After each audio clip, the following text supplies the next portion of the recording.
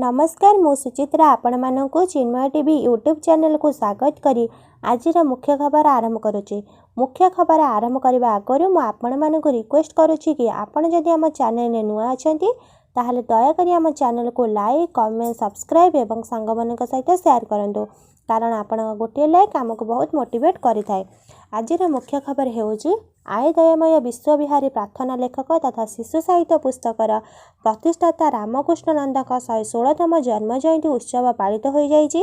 कटक जिला अंतर्गत उल्टपुर बासभवन बाईरोईठारे आज रामकृष्ण नंदक 116तम जन्म उत्सव में मुख्य अतिथि भाव डॉक्टर इतिश्री सामंत और सम्मानित अतिथि भाव प्रद्युम्न शतपथी, उल्टपुर नितार मेडिकल अध्यक्ष डॉक्टर शक्तिप्रसाद दास, यूएन कॉलेज अध्यापक डॉक्टर वेणुधर पाढ़ी को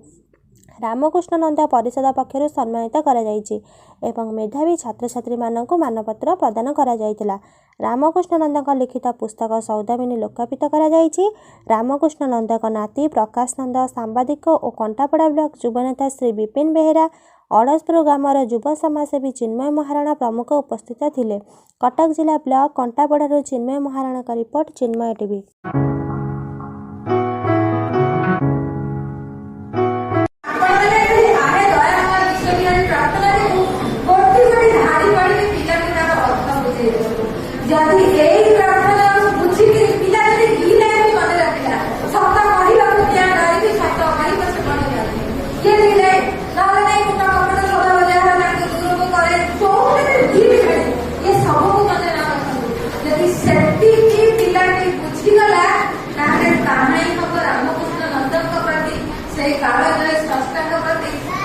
बहुत बड़ श्रद्धा सम्मान सब आगू दर्शक केते बेसी रही जहाँ आम घंटा घंटा आलोचना कले कम हम ओडिया साहित्य को ओडिया जहाँ काल काल लोक मन सी होती काल संसार भल काम करके काल हवा गोटे छोटिया कथा मो पिला बहुत बड़ कथा केवल जड़े जब सेफ्टी भल मुख्य अतिथि मैडम मुख्य अतिथि कहीं कहली गोटे रंग जगह पड़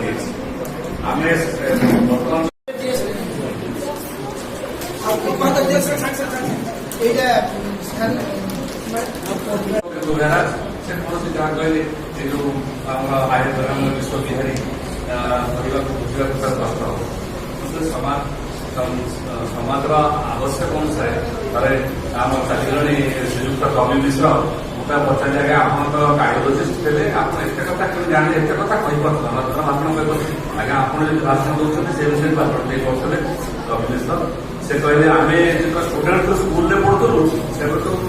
विच्छन्न चरण पट्टनायक थे घर जगह बस आलोचना कर